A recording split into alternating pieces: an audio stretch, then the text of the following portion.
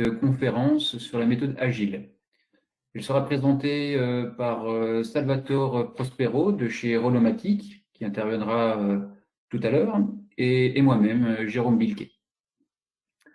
Alors, je pratique les méthodes du Lean Management et du Six Sigma depuis 2003, et je suis Black Belt en Lean et en Six Sigma.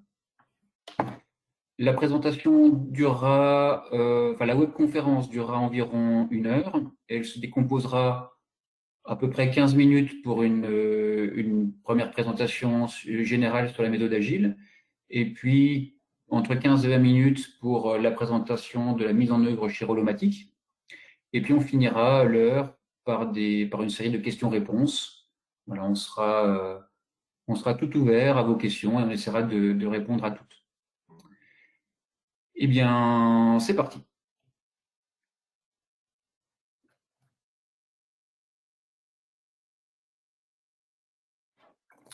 J'ai coupé mon son en démarrant.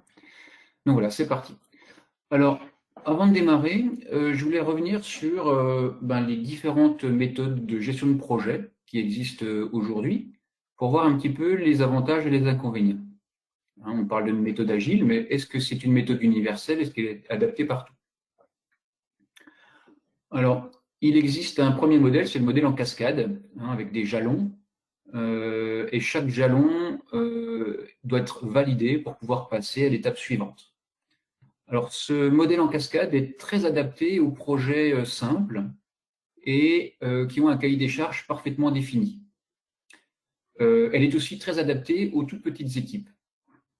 En revanche, à chaque fois qu'il y a un changement, c'est frustrant puisque ça remet en cause l'ensemble des développements et l'ensemble des validations qui auront pu être faites au long de ce développement. Dans l'histoire des méthodologies de gestion de projet, eh bien pour répondre à des projets un petit peu plus complexes, est arrivée en fait la méthodologie dite cycle en V. Ça reprend un peu les étapes du modèle en cascade, ça va juste un petit peu plus loin, et ça permet notamment aussi de pouvoir donner plus de cohérence à un ensemble complexe. Par exemple, un véhicule automobile, un avion, un énorme bâtiment. Voilà, le cycle en V est tout à fait adapté. Comme le modèle en cascade dont il est issu, il est très adapté aux projets parfaitement définis qui ont un cahier des charges très précis.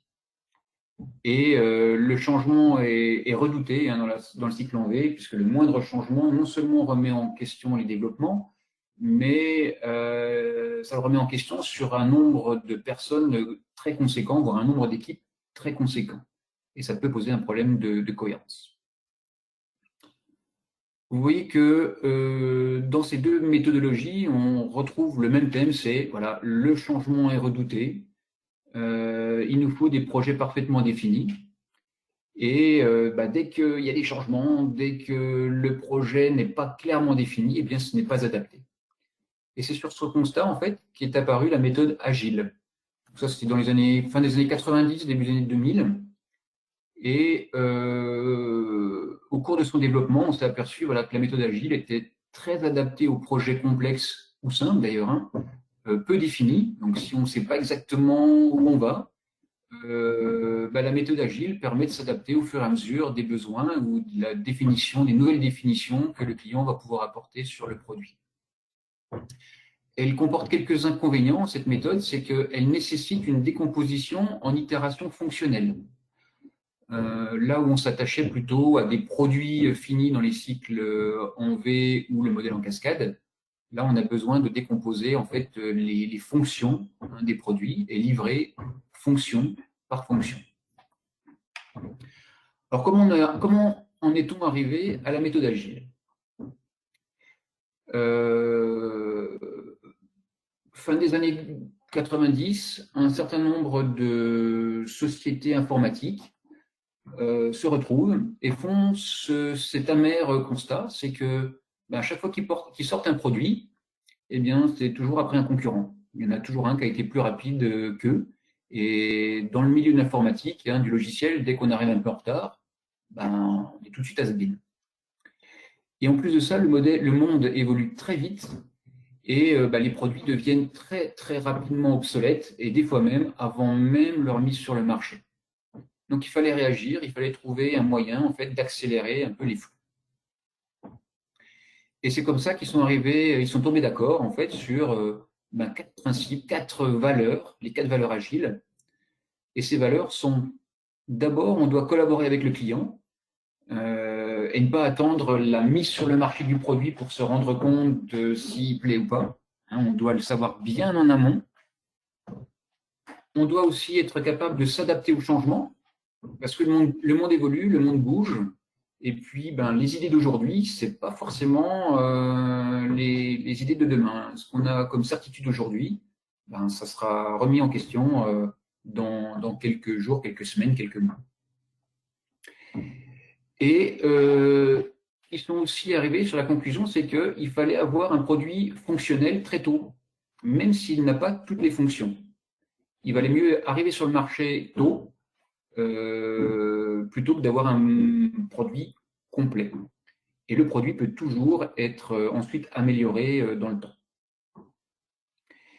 Et enfin, quatrième valeur, hein, c'est le travail en équipe. Voilà, l'intelligence collective, et on est toujours plus intelligent à plusieurs qu'on ne l'est tout seul. Et dans l'équipe, on inclut aussi le client, on inclut les parties prenantes, on inclut les chefs de projet, on inclut les développeurs, on inclut vraiment tout le monde. Donc voilà ces 4 valeurs. Mais avec ça, on n'en fait pas grand-chose. Et il a fallu traduire ces valeurs, et quelques années plus tard, en fait, sont arrivés 12 principes de la méthode agile. Alors, ce qui est assez amusant quelque part, hein, c'est que le monde du logiciel a redécouvert quelque part, début des années 2000, les principes du lean management et quelques-uns aussi de la maîtrise des procédures. Et on peut d'ailleurs organiser ces 12 principes de l'agilité, suivant la maison de l'amélioration continue, hein, dont les fondations sont le travail en équipe et le toit. Ce sont les axes stratégiques, hein, ce sont les indicateurs clés de l'entreprise, et soutenus par les 2 piliers que sont le juste à temps, hein, la chasse au gaspillage, et la maîtrise des procédés, c'est réussir à faire du premier coup. Et à l'intérieur de cette maison, de ce temple de l'amélioration continue, on va pouvoir énumérer les 12 principes. Alors d'abord, sur le travail en équipe, la traduction des 4 valeurs qu'on a vues juste avant, c'est le soutien du management. Donc le manager n'est pas là pour imposer des solutions, mais il est là pour soutenir les équipes, pour leur apporter les moyens, que ce soit financier, que ce soit humain, que ce soit en compétences ou en temps. Deuxième principe, hein, le principe d'amélioration continue, c'est que pour réussir à mettre en place des projets avec la souplesse de l'agilité, il est nécessaire de pouvoir apprendre de ses erreurs quelque part et de faire des erreurs, de transformer nos erreurs en opportunités. C'est les principes de l'amélioration continue. Et puis, bien évidemment, aussi le Kaizen, hein, c'est les petits pas. Et c'est le travail aussi en petite équipe projet pour atomiser les problèmes. Ensuite, sur le pilier du juste à temps, le premier des principes, c'est le pilotage quotidien. Alors, je vais même rajouter quotidien en animation à intervalles courts, hein, les AIC, pour réussir à générer de la dynamique au sein des équipes. Ensuite, c'est prioriser la charge avec la capacité. Hein, ça ne sert à rien de donner une charge incommensurable aux équipes s'ils n'ont pas la capacité de le faire. Ça va juste les décourager. Donc, il faut réussir à adapter la charge et la capacité et prioriser de manière à focaliser les équipes sur ce qui est efficace. Troisième principe du juste à temps, c'est préférer la livraison fréquente. Livrer fréquemment en fait de nouvelles fonctionnalités va permettre de faire des mises à jour en fait du produit très régulières. Et on retrouve les principes du Lean, hein, avec le one piece flow, hein, le flux pièce à pièce. On retrouve aussi tout ce qui est chasse au gaspillage, réussir à éliminer toutes les lourdeurs pour minimiser les temps de développement sans forcément courir, hein. On ne demande pas aux développeurs d'aller vite, on demande juste d'éliminer les gaspillages pour être focalisé sur la valeur ajoutée. Et dernier point sur l'axe du juste à temps, c'est le changement est positif et on doit pouvoir être capable d'identifier les opportunités. C'est que dès qu'il y a un changement, en fait, ça devient une chance. Parce qu'on va pouvoir mieux répondre aux clients, on va pouvoir mieux s'adapter et donc réussir à avoir un produit mieux adapté. Ensuite, sur le pilier de la maîtrise des procédés, on retrouve la montée en compétences, hein, maîtriser les procédés, les nouveaux procédés ou les nouvelles techniques. Et on retrouve aussi un produit 100% fonctionnel, même s'il n'est pas forcément 100% complet. En tout cas, le produit qui sort doit pouvoir fonctionner. Et enfin, voilà, les deux derniers principes, hein, pour compléter, c'est sur les axes stratégiques. Donc, on va mesurer la performance d'une équipe ou d'un projet sur sa qualité pour le client, hein, réussir à faire bon du premier coup, et aussi sur les délais, le respect des délais auprès du client. Donc voilà les 12 principes de l'agilité qu'on retrouve à l'intérieur de la maison de l'amélioration continue, hein, assez commune dans le Lean Management. Alors, on a les principes, hein, on a les valeurs, on a les principes, mais on ne sait toujours pas en fait comment les mettre en œuvre sur le terrain.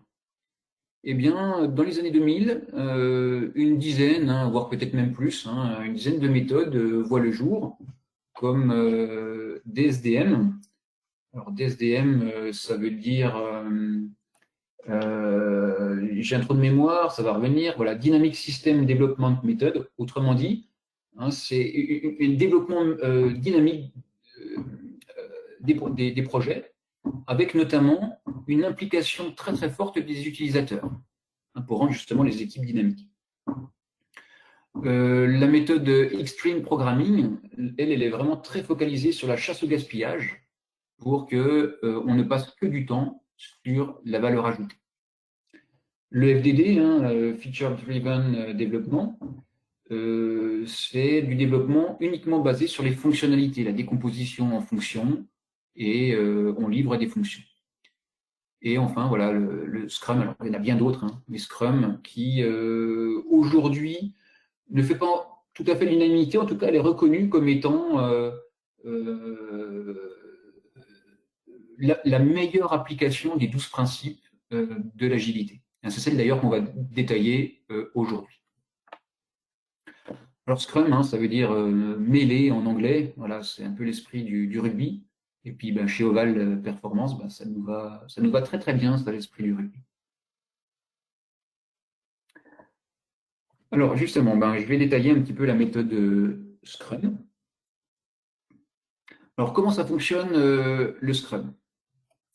Eh bien, c'est d'abord basé sur le travail en équipe, hein, les humains qui travaillent dans notre société ou dans notre équipe. Et on retrouve le premier, hein, enfin pardon, pas le premier, mais le premier qui s'affiche à l'écran, c'est le propriétaire du produit. Communément, hein, on peut l'appeler aussi chef de projet. On va retrouver les parties prenantes. Ce sont les clients ou les représentants des clients, par exemple le service marketing. Et troisième et dernier acteur, hein, du fonctionnement du Scrum, c'est l'équipe de développement.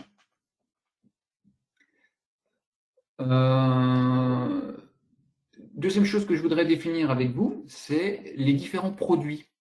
Alors, au départ, eh bien, il y a ce qu'on appelle les expériences utilisateurs, hein, c'est les demandes des clients.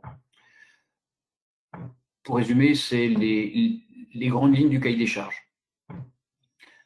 Ensuite, les équipes de développement vont proposer des livrables. Et les livrables, c'est quoi? C'est les fonctions, les fonctionnalités. Alors, ça peut être logiciel, ça peut être aussi de la mécanique, hein, ça peut être de l'électronique. En tout cas, on va délivrer quelque chose de concret que le client va pouvoir tester, évaluer, jouer avec, voire carrément utiliser en production.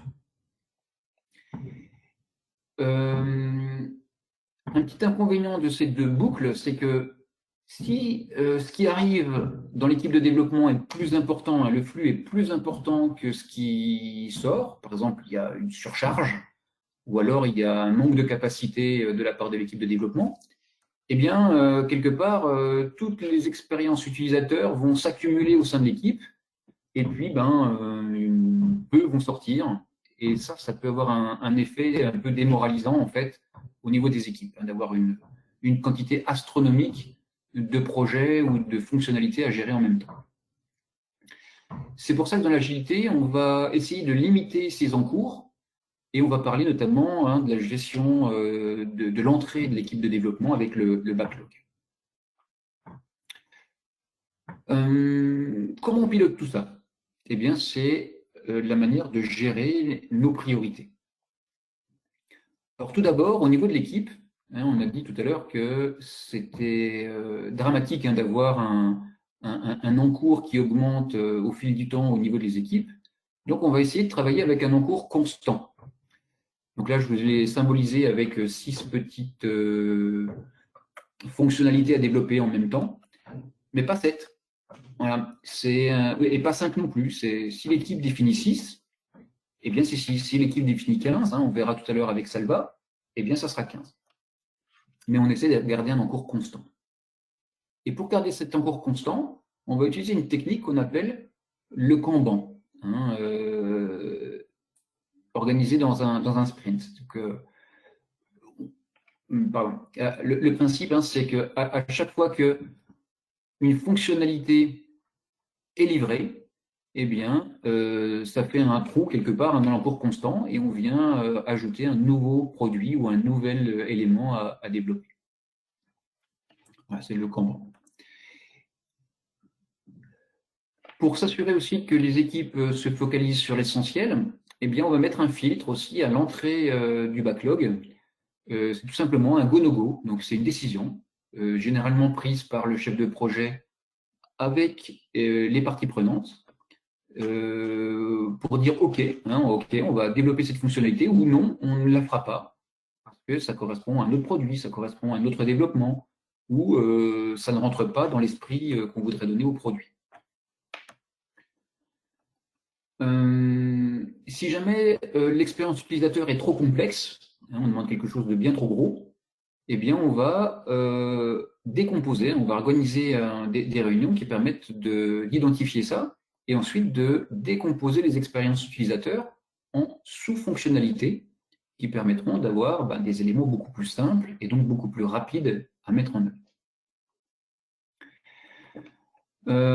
Enfin, toujours sur les priorités, eh bien, l'équipe va classer toutes les expériences utilisateurs qui arrivent suivant 2 axes. Le premier, c'est l'axe de la valeur, hein, la valeur pour le client. Donc,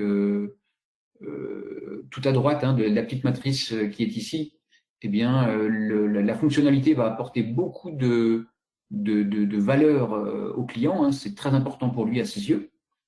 Et puis, sur l'axe vertical, on va mettre les efforts à réaliser pour obtenir cette fonctionnalité. Et bien évidemment, ce qui a beaucoup de valeur et peu d'efforts, eh bien, c'est ce que nous allons retrouver tout en tête du backlog, donc les prochaines fonctionnalités qui seront développées par l'équipe. Et puis tout à la fin, eh bien, on va retrouver les éléments qui sont beaucoup plus complexes, hein, qui demandent beaucoup plus d'efforts et puis qui apportent finalement peu de valeur.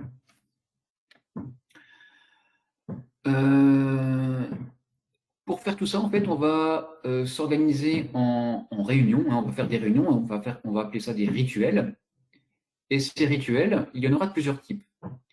D'abord, l'équipe de développement va gérer son daily meeting, hein, ce qu'on appelle l'AIC1, donc tous les jours, va s'assurer que l'équipe réussit à avancer correctement, à la bonne vitesse, et puis lever aussi les différents problèmes des équipes.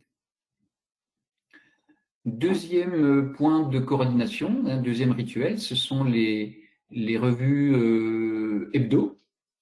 Celles-ci, elles vont gérer en fait la priorité. Donc c'est là qu'on va commencer à organiser, à faire le go-no-go, à organiser le backlog priorisé.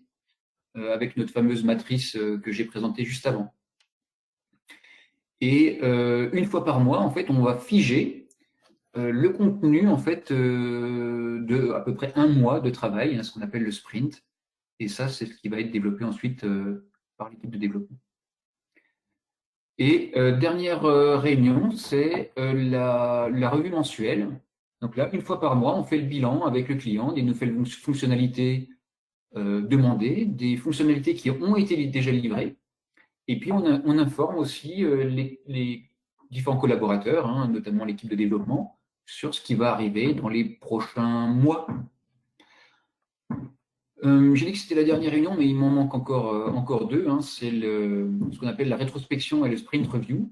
Ça permet de faire un petit bilan sur le mois écoulé et savoir comment on pourrait progresser pour réussir à chasser un petit peu plus les gaspillages, mieux communiquer, etc., etc. Donc voilà un petit peu les points, les rituels qui permettent de piloter tout ça. Pour valider si le fonctionnement est correct, on va aussi mettre un indicateur. Et dans le cas du Scrum, il n'y en a que deux, des indicateurs. Le premier, c'est l'évolution de la valeur du produit dans le temps.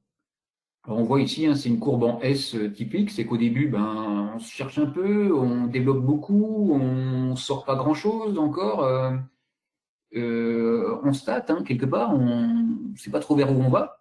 Et puis au bout d'un certain temps, on sait exactement où on va, et là, le développement s'accélère très très fort, jusqu'au moment où on continue à développer mais des fonctionnalités qui ont moins de valeur au client. Et puis à un moment donné, le chef de projet, le product owner, le propriétaire du produit, peut décider de stopper le projet en disant voilà, c'est bon, on a assez de valeur pour le client, on a assez passé de temps, maintenant il est temps de passer à un autre projet. Le deuxième indicateur, c'est l'indicateur des efforts.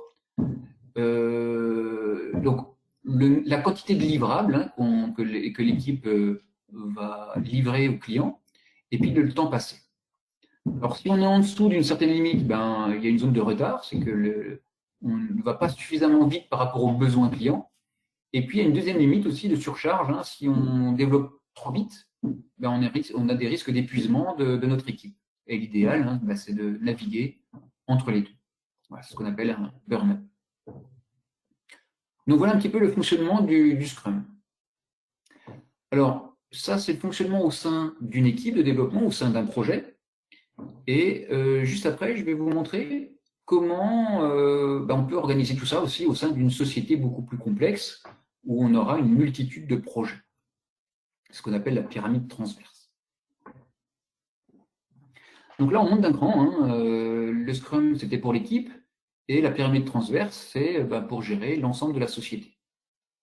Alors, je vous ai présenté une société à 3 niveaux. Donc, le premier, c'est toutes les équipes, tous les services, marketing, bureau technique, achat, laboratoire, qualité, etc., etc. Au milieu, les équipes projets de développement, qui peuvent être logiciels, mécanique, électronique, voilà, il y a plein de choses, même sur les bâtiments, sur le génie civil. Et puis tout au-dessus, on a la direction avec le pilotage stratégique. Alors, on organise déjà un premier point au niveau direction qui permet en fait de prioriser et lancer les bons projets. Savoir, au niveau stratégique, qu'est-ce qu'on prend, qu'est-ce qu'on ne prend pas, sur quoi on s'engage, sur quoi on ne s'engage pas. Et c'est eux, quelque part, qui vont alimenter, qui vont donner le go pour les différents projets.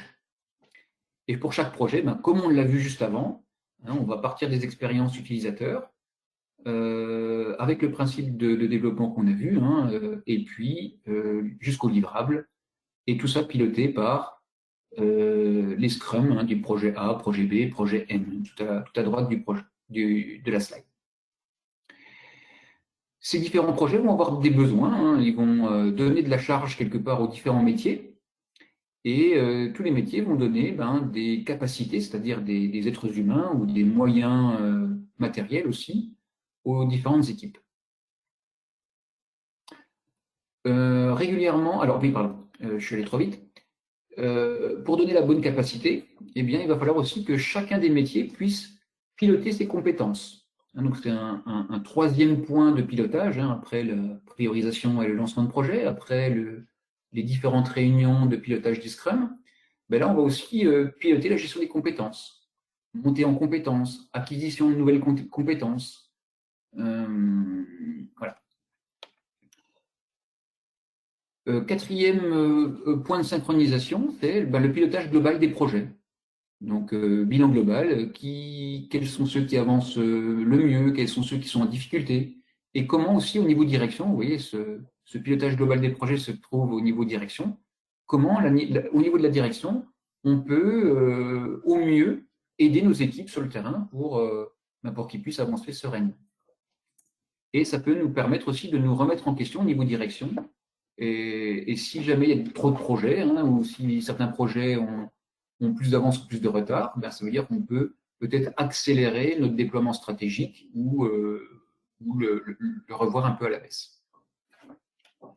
Donc voilà un petit peu comment on pilote une société de développement dans les principes de l'agilité. Alors ça va au-delà du Scrum. Voilà, donc là, ce que vous avez vu jusqu'à maintenant, c'est un peu de la théorie, et je vais laisser la main à Salvatore, qui va vous présenter un peu la mise en œuvre maintenant concrète de tout ça sur le terrain, et vous allez voir aussi les adaptations qui a dû être faites chez Rolomatic, parce que d'un côté, il y a la théorie, et puis après, il y a la vraie vie, et comment on s'adapte au mieux à cette société. Voilà Salva. Eh bien, je vous remercie tous déjà, et puis je laisse la parole à Salva. Merci Jérôme. Donc, je me présente en vitesse. Salvatore Prospero, je suis responsable du service méthode et industrialisation chez Rolomatic. Rolomatic, c'est une société suisse spécialisée dans la conception et la fabrication de machines CNC pour l'affûtage d'outils coupants. On produit environ 350 à 650 machines par année. Et puis, nous sommes environ 300-350 personnes sur le site du Landron en Suisse, dans le canton de Neuchâtel. Voilà, pour les présentations. L'origine du projet chez Rolomatic, je pourrais le catégoriser en 4 points. Le premier, beaucoup de projets, tous prioritaires. Évidemment, on n'avait pas de visibilité globale des projets entrants, des projets en cours, des projets terminés. Et puis, souvent, la priorisation se faisait plutôt au niveau position hiérarchique, donc voilà, ou alors au niveau, selon le copinage de la personne, en fait. Le deuxième point, c'était des délais longs avec beaucoup de retard. Comme tous les projets étaient urgents, on travaillait sur beaucoup de projets en même temps. Du coup, rien n'avançait au final. Peu de communication, une dilution des responsabilités, ça c'est clair. Vu que rien n'avance, pas de séance régulière pour voir justement l'avancement de ces projets. Et puis tout le monde s'est renvoyé la balle. Le projet, il est chez lui, il est chez quelqu'un d'autre. Et puis finalement, on ne savait jamais dans quel état se trouvait le projet. Et puis, un point important qui a été remonté par Jérôme tout à l'heure, sortir des nouveautés avant la concurrence. Donc, ce qu'on voulait, c'est vraiment diminuer les temps de passage pour l'industrialisation des différentes options ou nouveaux produits afin de se démarquer de la concurrence. Voilà. Pour la partie priorisation au niveau direction, on retrouve la pyramide que Jérôme a montré tout à l'heure. Comment ça fonctionne? Donc, chez nous, on a un point d'entrée unique d'une demande. Ça peut être une demande de modification, ça peut être une demande de développement spécifique, etc. On retrouve la priorisation, donc une fois par semaine au niveau direction de ces différentes demandes. On retrouve le go, no-go. Donc, le no-go, évidemment, obligatoirement informer la personne qui a fait la demande du pourquoi, du comment ça a été refusé. Et puis, si c'est go, eh bien, on ouvrira un flux transverse qui est un petit peu particulier chez Roulomatic. Il est géré en deux parties. On peut le voir, la flèche elle est interrompue au niveau entre l'îlot BT et l'îlot méthode d'industrialisation. Ceci, je vous expliquerai un petit peu plus de les slides suivants comment ça fonctionne. Donc, une première partie gérée par le bureau d'études, une deuxième partie gérée par les méthodes et industrialisation. On retrouve tout en bas les différents services qui travaillent également pour ce projet. Chacun de ces services a également un pilotage de ses activités à leur propre niveau, en fait. Cette priorisation se fait une fois par semaine, en général les vendredis chez nous. Voilà. Si je prends la deuxième étape de priorisation, je vais passer au slide suivant, excusez-moi. Voilà, excusez-moi. Donc, on peut revoir notre flux transverse. Alors, c'est une organisation qui est en cascade avec 10 jalons. Donc, comme j'avais dit tout à l'heure, une gestion gérée en deux parties, une partie Scrum plutôt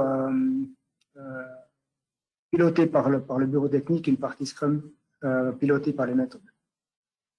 Donc, on retrouve comme entrée la priorisation. Donc, c'est une entrée unique, évidemment. Et on retrouve également le go, no go.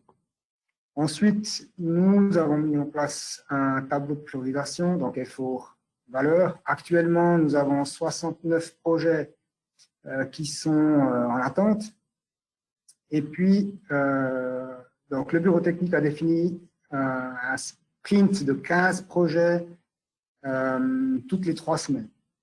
Ça veut dire 5 projets par semaine qui descendent chez nous. Donc, chez nous, si on reprend juste dans le flux, donc le bureau technique, pour bien comprendre, travaille sur les 5 premiers jalons, donc l'analyse, le développement, la réalisation du proto, les tests, les dossiers techniques. Et puis, toute la partie donc dossier méthode, donc le 7, le 8, le 9, le 10 sont gérés par le service méthode Indus.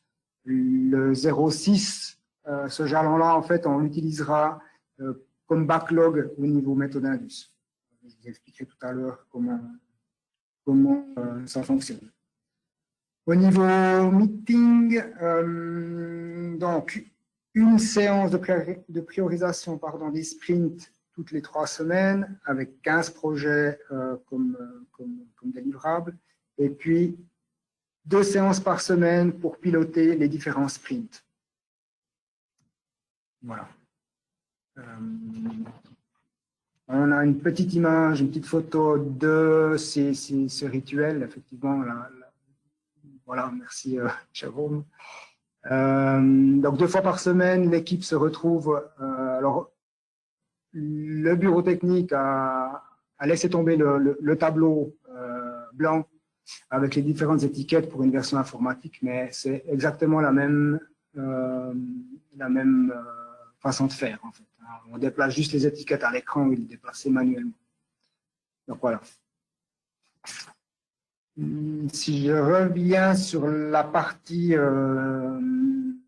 la suite de la partie, en fait, ces 15 projets arrivent dans notre backlog. Donc, comme Jérôme l'a expliqué avant, on n'attend pas les 3 semaines pour nous faire parvenir les 15 projets, mais au fil du temps que les projets se terminent, ils arrivent dans la partie analyse méthode.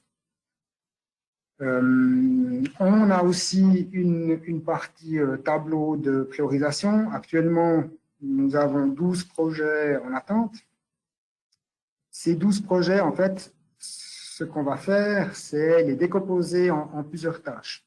Ceci pour pouvoir les traiter dans un sprint qui est beaucoup plus court que le sprint au niveau du bureau technique. Donc, ce sera un sprint de 1 semaine cette fois-ci. Donc, décomposition des tâches parce que nous envoyons des tâches aux différents services, donc achat, logistique, contrôle, etc. Au niveau pilotage, donc une priorisation par semaine pour faire entrer les projets et puis un daily meeting pour voir si les projets qu'on a planifiés pour la semaine en cours avancent. Voilà. Concrètement, ça donne, si on passe au slide suivant, concrètement, nous avons ceci. Ça, c'est notre tableau. Donc, la photo, c'est notre tableau de priorisation. Donc, une fois par semaine, nous priorisons les cartes qui arrivent du bureau technique. Donc, à l'aide du bureau technique, on priorise de ce tableau effort-valeur. Et puis, également, une fois par semaine, on définit les différentes cartes qu'on peut prendre de ce backlog pour le mettre en travail.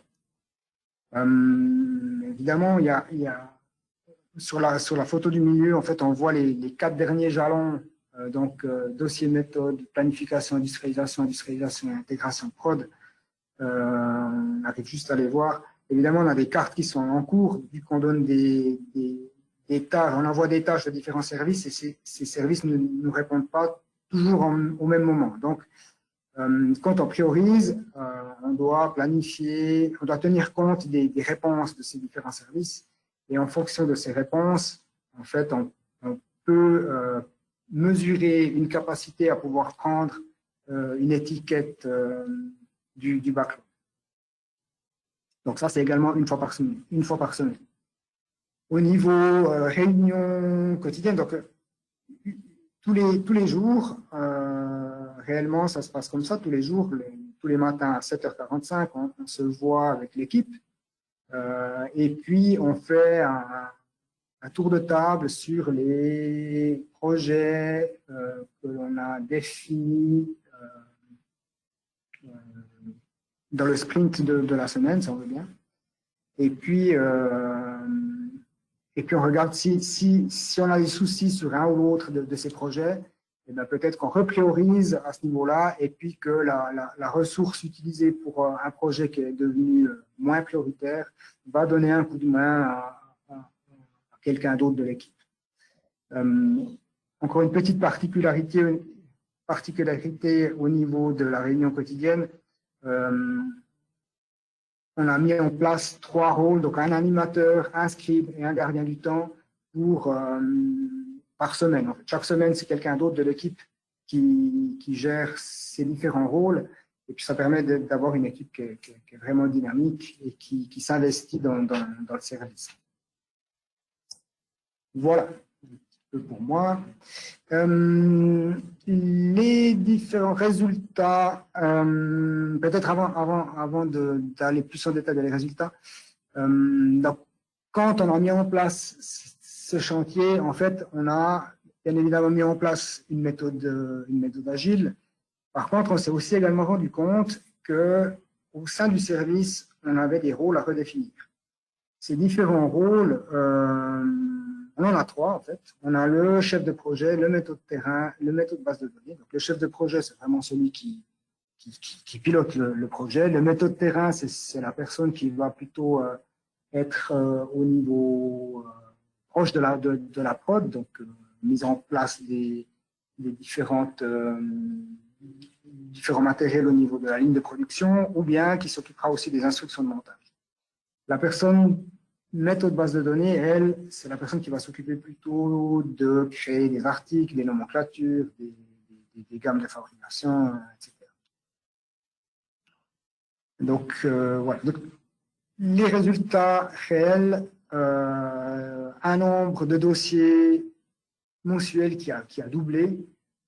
On est passé de 15 projets par mois à 30 projets par mois, ceci en un peu plus d'une année maintenant qu'on a mis en place cela. Ça donne une équipe dynamique et forte de propositions. Effectivement, le fait de se rencontrer tous les matins et de pouvoir s'entraider en cas de besoin, ben ça crée un lien au niveau d'équipe. Hein. C'est inévitable. Et puis, une standardisation du traitement des tâches. Donc, les projets sont gérés toujours de la même manière. Donc, forcément que la standardisation se met en place quasiment toute seule. Les journées, elles sont variées, ne se ressemblent pas. Nous pouvons être amenés à aider un collègue en cas de besoin et d'éventuellement changer de rôle. Donc, c'est ces rôles que je vous expliquais avant, donc le méthode base de données ou le méthode terrain. Tout dépend de la priorisation du projet. Si il est coincé et puis qu'on doit prendre un autre projet, ben, éventuellement, on changera de rôle et on ira aider un collègue qui a besoin. Risque d'erreur moindre, voire inexistant. Donc ça, la mise en place du flux et la réorganisation des rôles a permis justement d'éviter un nombre conséquent d'erreurs qu'on faisait avant. Maintenant, vu qu'on est spécialisé, on évite ce genre de problème. Et puis la clarification des tâches en fonction des rôles de chacun. Donc les tâches de chaque étape sont définies. Concrètement, si l'étape 1, c'est traitement d'un article, ben c'est la personne, une méthode base de données qui va s'en occuper. Si c'est l'instruction de montage à mettre à jour, ben c'est vraiment la personne qui gère les instructions de montage, donc une méthode terrain qui va s'en occuper. Voilà pour moi. J'espère avoir été clair dans mes explications. Et puis, si vous avez des questions. Eh bien, merci Salva pour cette présentation.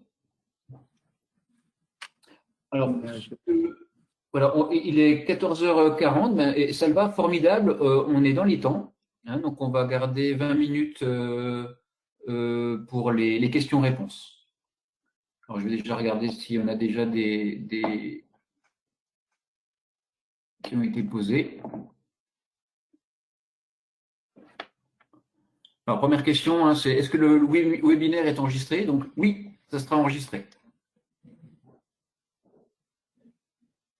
Alors, Aline nous pose la question aussi, quels sont les types de projets? Alors, c'est pour toi, Salva. Alors, type de projet, ça peut être autant une modification ou un développement spécifique qu'une machine complète. Voilà, donc il peut y avoir donc ça, pour résumer, hein, ça peut être des petits projets de quelques heures jusqu'à des projets de quelques mois, c'est ça? C'est ça, oui, c'est ça. Ok. Alors deuxième question aussi, c'est sont-ils séparés dans les jalons? Je ne pose pas trop la question. Qu'est-ce qui doit être séparé dans les jalons? Alors, quels sont les types de projets? Sont-ils séparés dans les jalons? L'équipe de projet dans les jalons? Ouais, je pense qu'on peut peut-être répondre simplement en disant que ben, chaque projet est à des niveaux différents. Hein, alors, on voit aussi, c'est qu'on n'est pas purement ici, hein, chez Rollo, sur de la méthode agile. On est un petit peu à cheval. C'est que ben, on a essayé de ménager ce qui était très très bon au niveau des cycles en cascade ou en V. Hein, notamment, ben, c'est parfaitement adapté quand on a des projets qui sont bien définis. Et ce qui est plutôt le cas hein, chez Rollo. En revanche, on a utilisé le système de pilotage et de décomposition du Scrum pour faciliter le travail des développeurs et puis accélérer les développements. Hein, donc, on n'est pas purement dans l'agilité, on n'est pas purement dans le cycle en V ou en cascade, on est sur un mix des deux. C'est ça.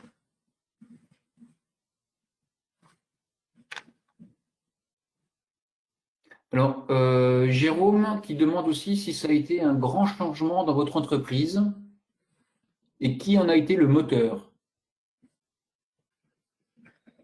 Alors, oui, ça a été un grand changement parce que comme j'ai expliqué tout à l'heure, tous les projets étaient prioritaires, donc forcément, on faisait tout en même temps et puis rien n'avançait.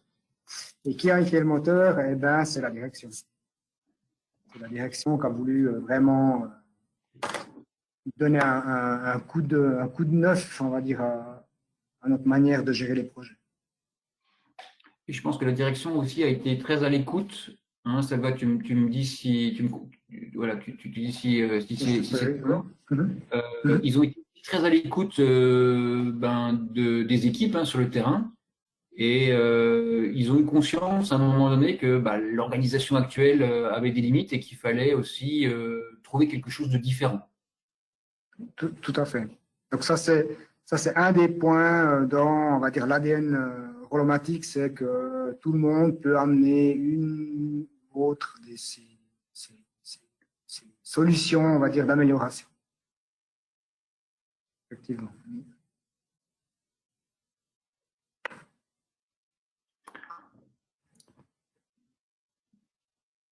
Alors, une question aussi de Olivier. Comment la direction s'implique-t-elle concrètement dans la priorisation? Eh bien, nous avons les différents responsables de services qui font partie de la direction, qui participent à la séance de priorisation. Donc, ils sont vraiment sur le terrain et ils savent vraiment qu'est-ce qui se passe. En fait. Voilà. J'espère que j'ai répondu. On verra, sinon Olivier complétera sa question. Oui.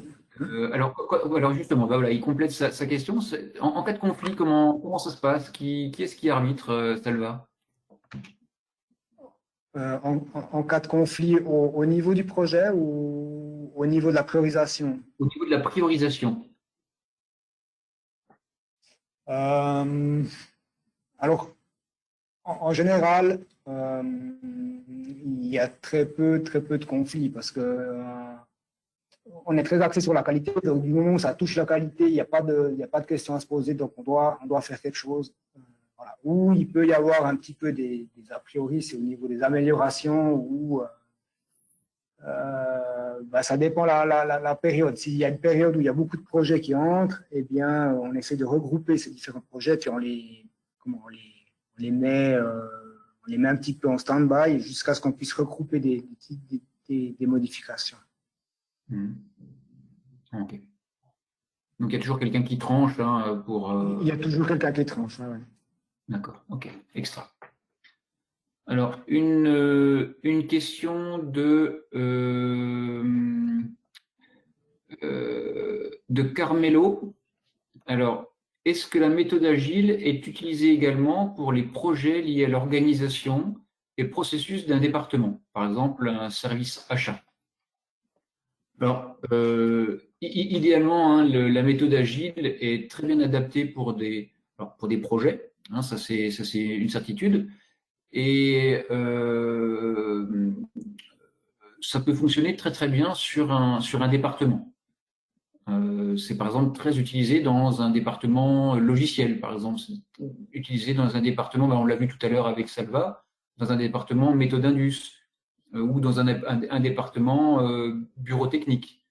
Donc si vous avez des projets effectivement au sein d'un département, hein, qu'ils soient techniques ou transverses, comme les achats, je vois pas l'inconvénient. Pour compléter les achats, chez nous, on a aussi un tableau avec les mêmes étiquettes que nous, en fait, pour qu'ils puissent justement piloter leur service. D'accord. Donc, ils gèrent aussi leurs encours, leurs priorités. Ouais. Ce que j'ai pas dit encore avant, pendant ma présentation, c'est qu'en fait, on a encore un pilotage au niveau des services aval. Donc, une fois par semaine, on rencontre tous les services où on a envoyé les différentes tâches de ces différents projets, et puis on fait le point sur l'état d'avancement de ces différents projets. C'est de ces différentes tâches, pardon, du projet. Ça évite que les services s'enlisent avec les différentes tâches qu'ils reçoivent et qui n'avancent pas, en fait. Donc, c'est vraiment un méthode Indus qui donne le rythme. Voilà. Alors, une question de Lucas. Comment la valeur d'un projet est-elle définie? Est-ce que c'est par rapport au chiffre d'affaires, au délai client ou un autre facteur? Alors, le premier facteur, c'est la qualité. N'importe quel projet qui touche à la qualité est mis en priorité. Et je dirais presque au même niveau les développements spécifiques clients chez nous. Après, les améliorations, ça, c'est en troisième. Ça peut attendre un peu. Ouais, ça peut attendre un peu.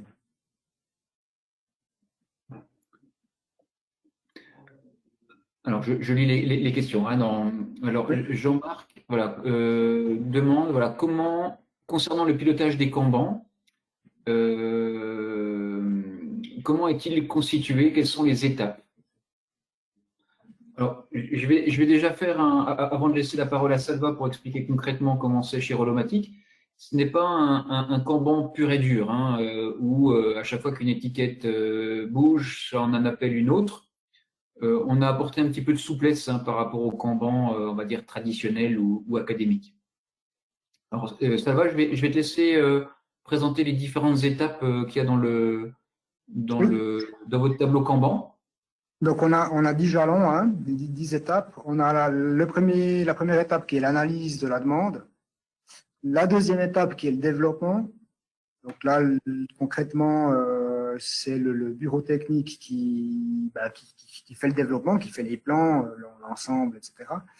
La troisième étape qui est la réalisation d'un proto. Donc, avec ces plans, on fabrique réellement l'ensemble ou la pièce. La quatrième étape est le test de ce nouvel ensemble. Et la cinquième étape est la finalisation du dossier technique. On va dire, c'est là où on a vraiment les dernières modifications qui sont apportées au niveau dessin. La sixième étape est l'analyse méthode. Donc ça, c'est l'étape, le jalon qu'on utilise comme backlog chez nous. Donc c'est le tableau de priorisation et four valeur.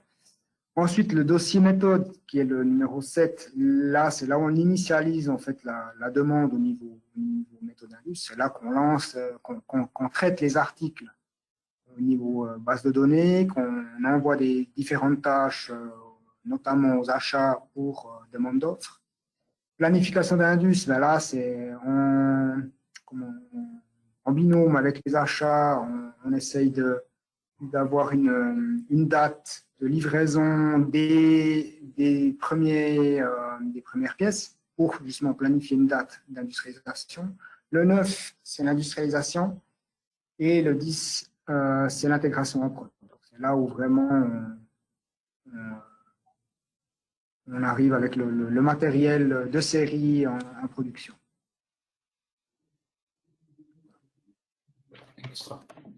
Alors, j'ai une demande, une question aussi de Sophie. Apparemment, c'est ta voisine, Salva. Elle demande si la méthode agile, hein, dans votre cas, hein, chez Rollo, Oui. concerne les projets en cours, mais est-ce que les daily business de chaque service ne vient pas interférer avec tout ça? Hein, comment on continue à manager les services autour de cette méthode? C'est clair que les sprints, c'est des buts en soi. Donc, on est censé les atteindre. C'est notre délivrable. Hein. Et puis, si on n'arrive pas, à ce moment-là, il va falloir comment reprioriser la chose. Et puis, ça, ma foi, c'est clair qu'on doit avertir le demandeur d'un éventuel retard ou d'un éventuel problème. Ça, c'est clair. Donc, le demandeur et la direction en cas de projet vraiment important, quoi. Alors, je vais compléter aussi ta réponse, Salva. Hein, Oui. dans la pyramide que j'ai présentée tout à l'heure et que Salva aussi a présenté sur la mise en œuvre chez Rollo, on voit bien en fait que les acteurs hein, de la société sont dédiés quelque part au projet. Donc, ils font partie d'un projet. Et c'est ça l'axe principal, hein. On oriente vraiment les gens sur le besoin client, hein, sur le délivrable, sur ce qu'il y a à sortir. Donc on sort un petit peu de la conception traditionnelle des services, hein, plutôt en silo. On essaie de sortir le maximum de ça pour vraiment se focaliser sur le flux de valeur ajoutée, et notamment pour le client. Et les services deviennent pourvoyeurs en fait de ressources. Donc on change un petit peu le pilotage traditionnel des services, hein, où habituellement les tâches sont confiées aux services. Là, les tâches sont confiées au projet et les services en fait vont amener des ressources, amener des moyens. Alors ça peut être des moyens techniques, ça peut être des moyens humains, et les services en fait vont piloter ces ressources. On a besoin d'un nouveau développement et de nouveaux, je sais pas moi, d'une nouvelle machine, d'un nouvel équipement ou de matières grises qui n'existent pas aujourd'hui dans la société. Eh bien, c'est les métiers, hein, qui vont se charger de piloter tout ça pour récupérer les nouvelles compétences ou les nouvelles ressources. Donc, c'est vrai que dans le principe de pyramide que je vous ai présenté tout à l'heure, le pilotage des métiers évolue. Donc, ça ne vient pas interférer. En fait, on vient se focaliser sur l'aide au projet. Les services deviennent support avec un grand S majuscule. Voilà, j'espère avoir bien répondu enfin, j'espère que nous avons bien répondu à la question. Voilà, ben, Salva, ta voisine s'appelle Sophie et elle acquiesce, hein, elle dit que oui, oui, oui, on a parfaitement répondu. Enfin, surtout toi. D'accord. Pas bien.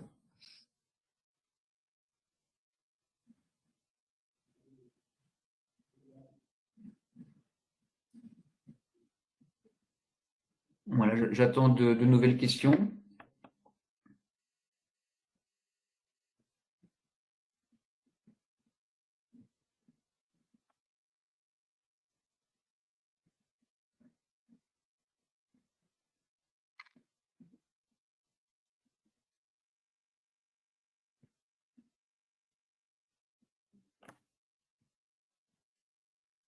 Voilà, on va attendre encore quelques minutes s'il y a encore des questions.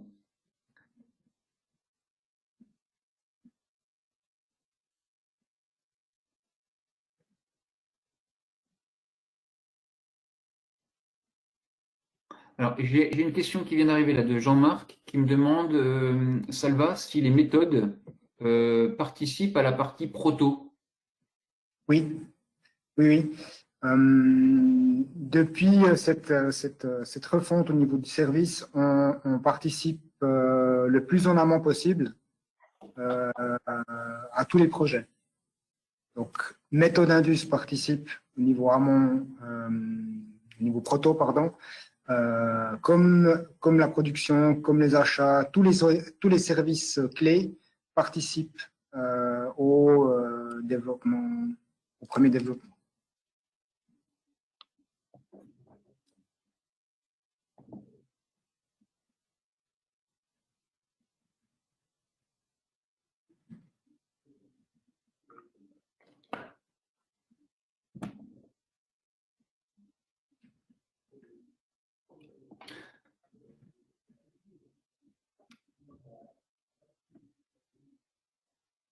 Alors, j'ai une question de Michel aussi qui souhaite savoir qui contacter pour, je pense, en savoir un peu plus. Alors, Michel, on va vous envoyer, c'est peut-être déjà disponible d'ailleurs, un document qui permet quelque part aussi voir la satisfaction de cette webconférence par rapport à vos besoins. Et vous pouvez aussi demander, hein, dans ce formulaire à être contacté. Et puis par qui vous voulez être contacté, hein, si c'est par Salva ou par moi.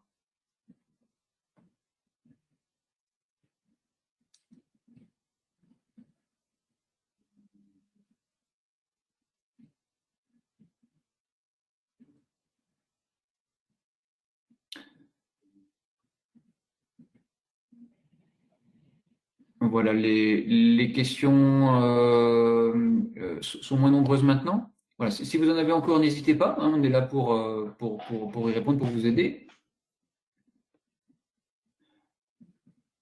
Fanny, si tu es en ligne, est-ce que tu peux intervenir et puis présenter la suite si voilà, il y a des documents à récupérer, à télécharger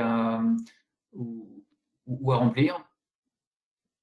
Bonjour à tous. Vous avez le replay du webinaire qui vous sera envoyé par mail et vous pouvez également télécharger la présentation sur votre droite. Pardon, vous avez un onglet documents.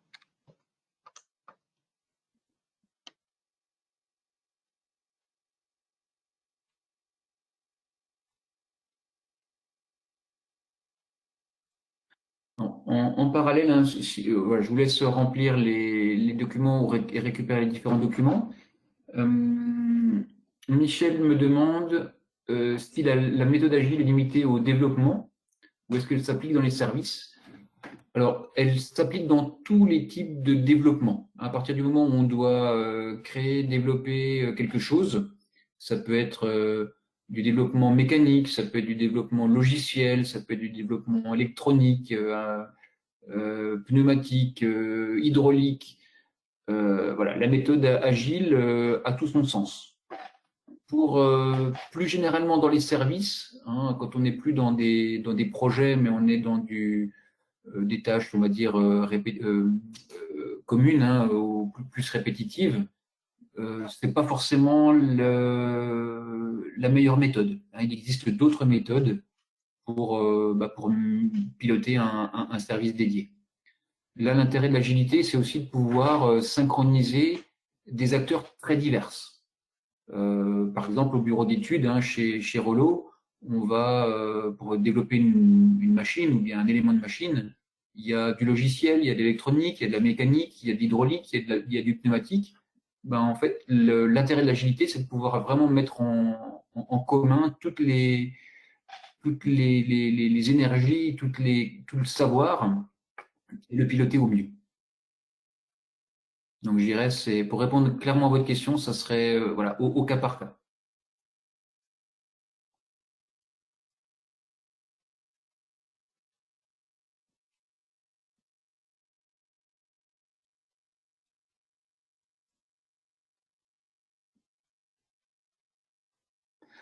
Alors, une question aussi de Frédéric. La méthode est-elle adaptée à toute typologie de projet, des petits projets aux projets nécessitant plus de 100 délivrables? Alors, oui, la différence entre le modèle en cascade, en V ou en agilité, en agile, c'est surtout sur la définition du cahier des charges. C'est que si votre cahier des charges, il est parfaitement défini, par exemple, vous répondez à un appel d'offres pour la SNCF, pour l'armée ou pour des choses comme ça, on n'a pas le droit de trop de dériver par rapport aux demandes initiales. Donc l'agilité n'apporte rien dans ce cas-là, ou peu de choses. En revanche, voilà, l'agilité va être très à l'aise là où il y aura besoin de réactivité, d'adaptation, de changement. Quand on découvre aussi le projet au fur et à mesure, on le développe. Parmi les exemples hyper complexes que j'ai à ma connaissance et qui ont été développés grâce aux méthodes agiles, on retrouve SpaceX hein, de Elon Musk. Une fusée, c'est extrêmement complexe, bien plus de 100 délivrables, et progressivement, hein, au fur et à mesure du temps, on le voit développer et tester de nouvelles fonctionnalités. Donc au début, la fusée décolle, voilà, mais elle ne va pas plus loin, hein, on ne sait pas trop où elle va ensuite. Deuxième essai, elle décolle et elle sait se stabiliser. La troisième essai, elle décolle, elle sait se stabiliser et redescendre, mais bon, elle n'a toujours pas à se poser. Et comme ça, au bout de 10-15 itérations, hein, au bout de 10-15 sprints, eh bien, on se retrouve avec un produit qui est fonctionnel et dont on a découvert le potentiel au fur et à mesure du développement et où le client, hein, la NASA notamment, découvre de nouveaux potentiels et de nouvelles missions possibles. Donc voilà, oui, tout à fait, c'est adapté pour des sujets très, très complexes Voilà. Mais c'est pas uniquement, enfin, c'est pas la seule méthode.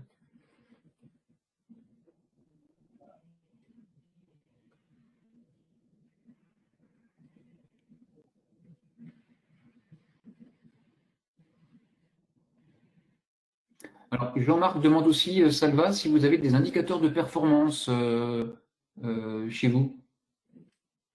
Oui, oui, oui.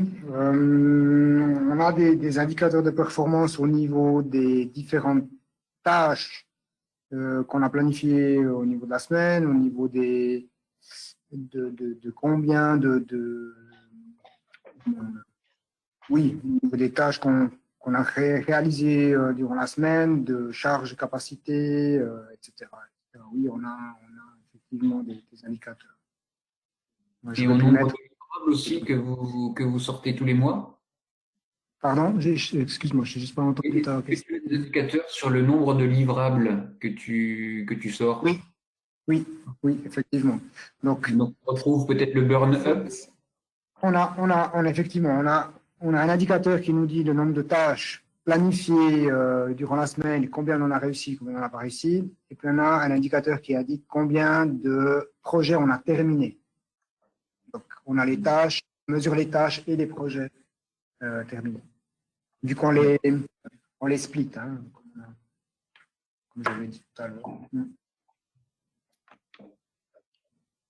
Ces indicateurs, en fait, ils sont envoyés à la direction chaque semaine.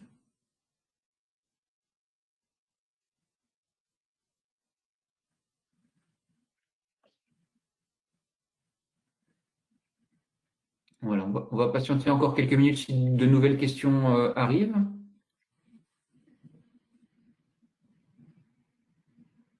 Et s'il n'y a pas d'autres questions, eh bien, voilà, on va vous remercier beaucoup d'avoir participé à ce webinaire.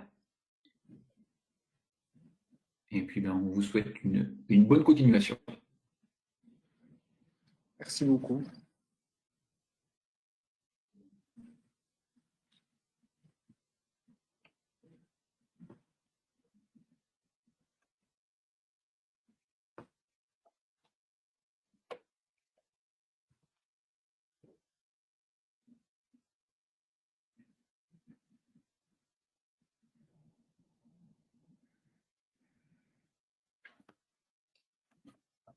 Hein, puis pour reprendre aussi les expressions suisses, hein, Salva, hein, tout bon. Tout bon, tout bon.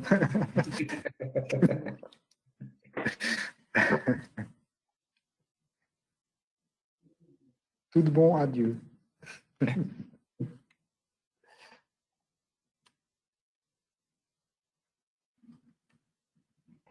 Il y a une question de Michel. Une petite PME non structurée peut-elle bénéficier de l'agile? Alors tout dépend ce qui est fait dans cette société. Mais une PME peut faire de l'agile.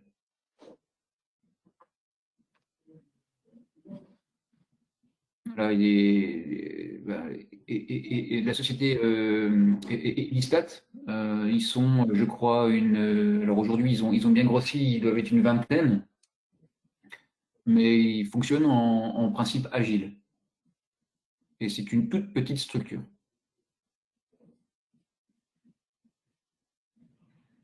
Donc une start-up peut travailler en agilité. Devrait d'ailleurs travailler en agilité.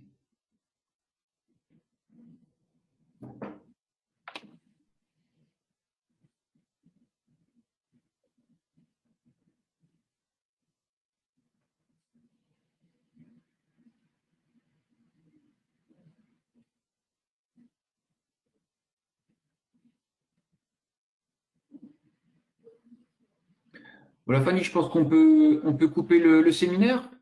Qu'en penses-tu? Oui, je pense que c'est bon. Ok. Eh bien, on va arrêter l'enregistrement ici et puis à la Merci à prochaine. tous. Merci à tous. Merci. Ciao, ciao.